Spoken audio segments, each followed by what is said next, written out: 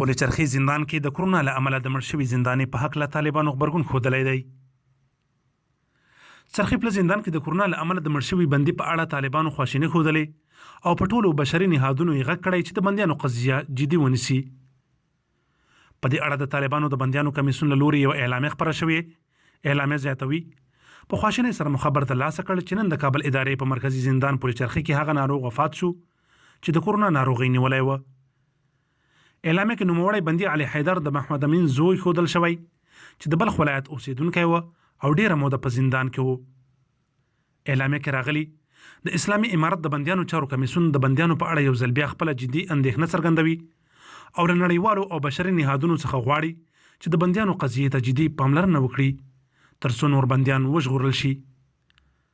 باید وویل شي چې چرخي پل زندان کې داسې مهال یو بندي د کرونا له امله خپل ژوند له لاسه ورکوي چې طالبانو څو ځله په دې هکله خپله اندېښنه ښودلې ده.